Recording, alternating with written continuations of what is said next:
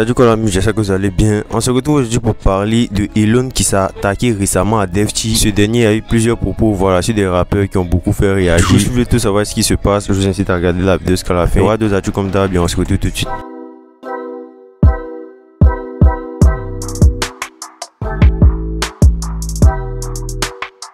Tout d'abord, on débute avec l'influenceur Scotty, qui s'est récemment exprimé sur le clash qui se passerait actuellement entre DDB et la team PA, notamment son leader Zagba. Ce dernier s'affirmant comme étant proche de la team PA n'a pas manqué d'affirmer que les raisons du conflit entre DDB et Zagba seraient que DDB ait collaboré avec Milano, notamment en l'envoyant chez Stamsi qui est actuellement en bif avec Zagba, et aussi sachant que Milano est dans le label Zigenshaw, le label de Samo et de Zagba. C'est que eux ils reprochent à Didi là, c'est le fait que eux, le petit Milano est lié à eux le label.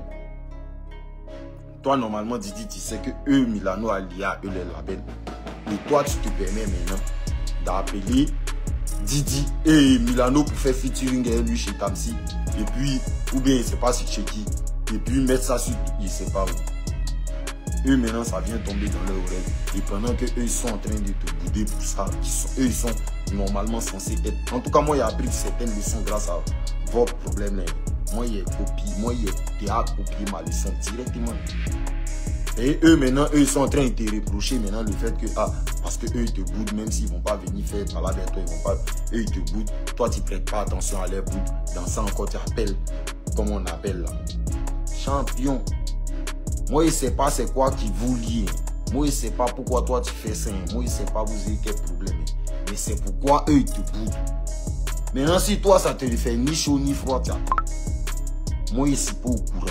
Quand vous allez aller régler là, dès que c'est Nyanavo, si vous revenez information, vous allez venir ça là. Nous, on prend notre position vis-à-vis de vous. Mais en attendant, vous allez gérer ça là entre vous.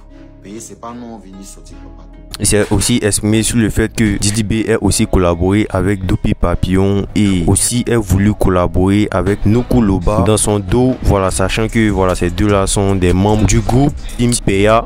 Eux ils sont en train de dire pourquoi toi tu es passé derrière eux pour vouloir collaborer encore. Et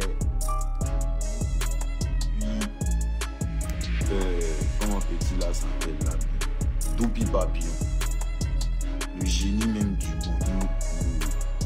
L'aura suprême, lui et puis Zagba même tu peux pas comprendre d'où ça vient. Donc Zagba lui là en haut là-bas, Dopey lui il est un petit, il est prêt pour son vie mort. Zagba il est tout l'eau pour lui dire bon voilà tu dis poisson. Donc les propos de l'influenceur Scotty n'ont pas tardé à faire réagir, du coup je vous laisse me dire ce que vous en pensez. Le rappeur Wanchi est de retour avec un nouveau titre. Il a teasé un son du nom de Business récemment sur ses réseaux. On m'a dit que ce business est lucratif. Et de toute façon, je suis plus actif. Attends, mais pour mon homme, je suis actif. C'est de le poste et je suis actif. Elon a annoncé une diss track de Shadow Chris contre Kaja. Il était récemment présent dans le studio de Shadow Chris et il a filmé un extrait d'un son de Shadow Chris, affirmant que ça serait un diss track contre Kaja. Attends, le cas d'Aïe. Attends, tu clashes Kaja. Aïe, mais c'est ton fils, pourquoi tu le clashes? C'est un gâteau aussi, hein? Diss track quoi? C'est mêlé.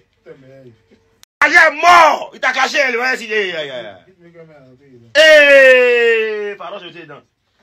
Sur la vidéo, il a affirmé, je cite, Kaja, tu es mort avec Shadow. Il a fait un lourd diss track. Pour rappel, Shadow avait affirmé sur Twitter il y a quelques temps que Kaja était mécontent du fait qu'il ait collaboré avec DDB sur un son dans lequel ce dernier l'a clashé.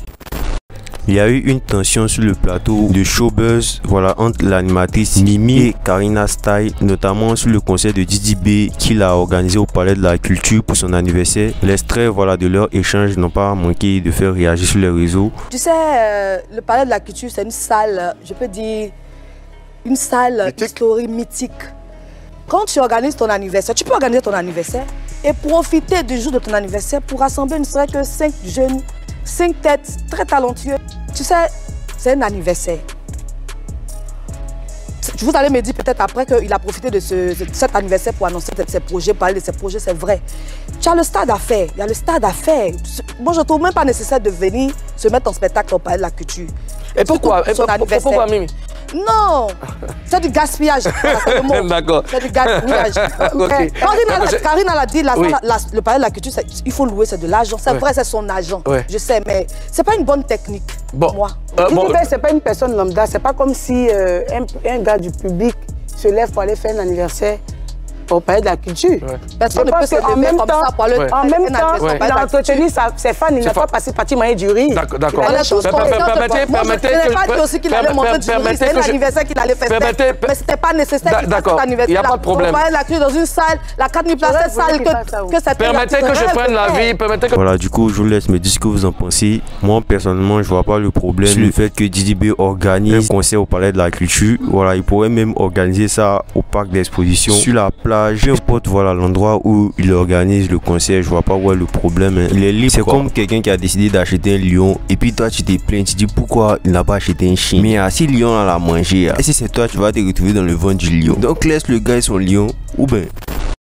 Il y a Elon qui s'est attaqué récemment à JN. C'était sur Twitter lorsque ce dernier a vanné JN. Du fait que JN ait été aperçu plusieurs fois en tant que guest dans les concerts. Du coup, Elon le vanne sur ce fait en disant, je cite, JN, il y a un mouvement guest rapide. Hein. C'est un sharp. On a déjà fait ton affiche. Déclare-toi sharp s'il te plaît. Et là, il y a JN qui a répondu, mon vieux Djeliba éliminé. Tu es sur moi matin là. Hi.